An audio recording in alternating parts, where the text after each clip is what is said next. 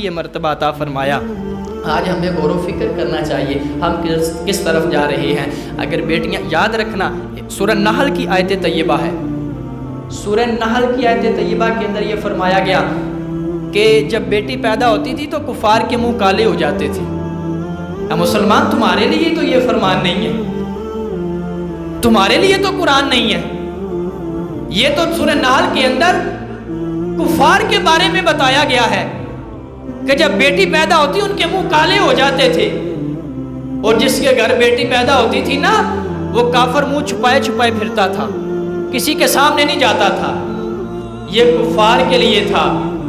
لیکن اسی آیت طیبہ کے اندر نا وَإِذَا الْمَوْءُودَةُ سُئِلَتْ بِأَيِّ ذَنبٍ قُتِلَتْ، علامہ جلال الدین سیوطی رحمۃ اللہ علیہ فرماتے ہیں حضور کی بارگاہ میں ایک صحابی آ گئے، اور صحابی آ کے عرض کرتے ہیں آقا، پہلے کلمہ نہیں پڑھا تھا، بعد میں کلمہ پڑھ لیا، مسلمان ہو گئے، اسلام لے آئے۔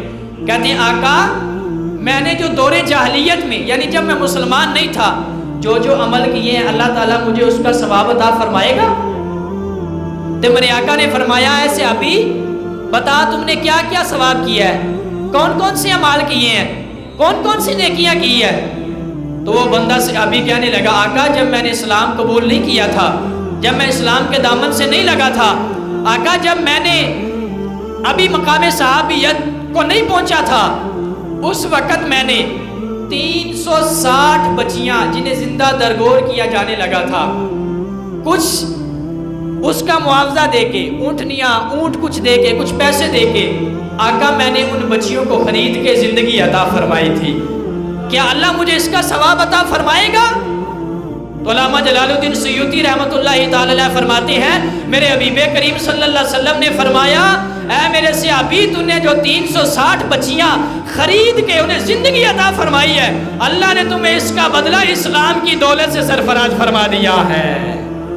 یہ ثواب بیٹی کی پرورش پر، بیٹی جس کی نہ ہو وہ کسی اور کی بیٹی ہم درد سمجھ کے شادی کا وقت آیا اس کی مدد کر دیتا ہے۔ یاد رکھنا آج یہاں پہ باپ یہاں پہ پچھتاتا ہے، بھائی یہاں پہ آ کے بے بس ہو جاتا ہے جب شادی کی باری آتی ہے کہ اتنے لاکھ کا جہیز بنے گا، اتنے لاکھ کا فرنیچر بنے گا، مجھے اپنی بہن کو گھر سے جب الوداع کرنا پڑے گا، باپ کہتا ہے جب مجھے بیٹی گھر سے جدا کرنی پڑے گی تو اتنے لاکھ روپے مجھے چاہیے ہوں گے، یہاں پہ آ کے سر جھک جاتا ہے۔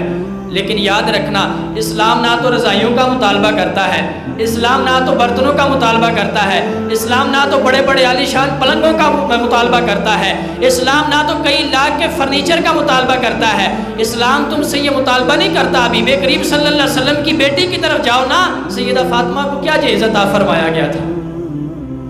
اسلام تم سے یہ مطالبہ نہیں کرتا، ہاں اسلام تم سے یہ مطالبہ کرتا ہے کہ بیٹی کو وراثت میں حق دیا جائے، یہ اسلام تجھے مطالبہ کرتا ہے۔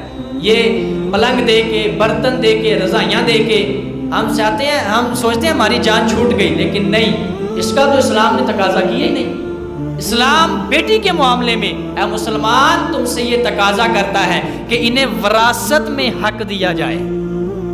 اسلام جو حق دیتا ہے وہ پہچانے، یہ محبوب کریم صلی اللہ علیہ وسلم کے پیارے دین نے تمہیں مرتبہ عطا فرمایا ہے۔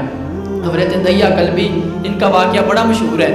اس کے علاوہ وہ آتم تائی کی بیٹی سرکار کی بارگاہ میں آئی نا، کہتی ہے میں سرکار کی بارگاہ میں قد بڑا اونچا تھا، میں کہتی ہے میں نے دل میں بڑے بڑے سوال سوچے، آج میں نے محمد عربی سے یہ سوال بھی کرنا ہے، آج میں نے یہ سوال بھی کر دینا ہے، یہ سوال بھی کر دینا ہے۔ کہتی ہے جب جنگ میں قیدی ہو کے گئی نا، صحابیات بھی تھی، انہوں نے میرے ہاتھ پیچھے باندھ دیے۔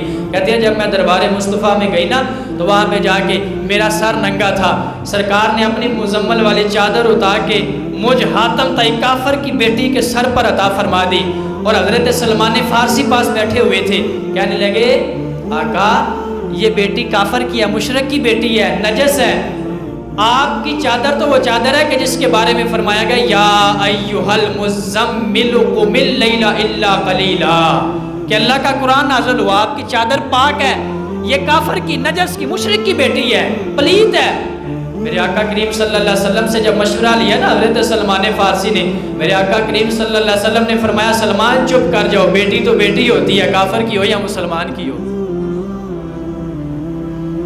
اور آج کیا ہوتا ہے سرکار نے کہا بیٹی بیٹی ہے، کافر کی ہو یا مسلمان کی ہو. جب نکاح کی باری آتی ہے نا، آپ پھیتا لے کے ناپنا شروع کر دیتے ہیں کہ اگر تیری بیٹی کا قد تھوڑا سا بڑا ہوتا تو میں اپنے بیٹے کے لیے لے لیتا. آج ہمارے ہاتھ میں تھرمامیٹر آ جاتا ہے مسلمان کہ تیری بیٹی کا رنگ تھوڑا گورا ہوتا تو میں اپنے بیٹے کے لیے تیری بیٹی لے لیتا. کیا ہو گیا ہمیں یار؟ کیا ہمارا اسلام ہمیں یہ درس دیتا ہے؟ نہیں، اسلام کہتا ہے رنگ نہیں دیکھنا. اکثر رنگ دے گورے دلان دے کالے ہوندے نے، وہ اکثر آپ دیکھتے ہیں نا، یہ رکشے والوں نے ٹیپوں پہ لگایا ہوتا ہے ڈیکوں کے اوپر، یہ اکثر رنگ کے گورے دلوں کے کالے ہوتے ہیں. سرکار کا دین ہی یہ ہے، عربی کو اجمی پر، اجمی کو عربی پر کوئی فوقیت نہیں ہے، کالے کو گورے پر، گورے کو کالے پر کوئی فوقیت نہیں ہے. یہ میرے آقا کریم صلی اللہ علیہ وسلم کا دین ہے. سرکار نے فرمایا جب رشتہ کرنے لگو تو دین دیکھو کہ یہ دیندار ہے کہ نہیں ہے. رنگ دیکھنے کا نہیں فرمایا گیا، قد دیکھنے کا نہیں فرمایا گیا، فرمایا گیا دین دیکھو یہ دیندار ہے کہ نہیں ہے. یہ صحابہ کا دشمن تو نہیں ہے، یہ ازواج مطہرات کا دشمن تو نہیں ہے، یہ نبی پاک صاحب صلی اللہ علیہ وسلم کی شان کے بارے میں طرح طرح کے الفاظ یوز کرنے والا تو نہیں ہے. دیکھو دیندار ہے، قد چھوٹا ہو یا بڑا ہو، رنگ گورا ہو یا کالا ہو، دیکھنا اگر دیندار ہوگا تو آنکھیں بند کر کے اپنے محبوب کریم صلی اللہ علیہ وسلم کے فرمان پر عمل کر کے رشتہ کر دینا، انشاءاللہ اللہ تعالیٰ اس کو آباد فرما دے گا. یہ ہمارے دین نے ہمیں ضابطہ عطا فرمایا ہے.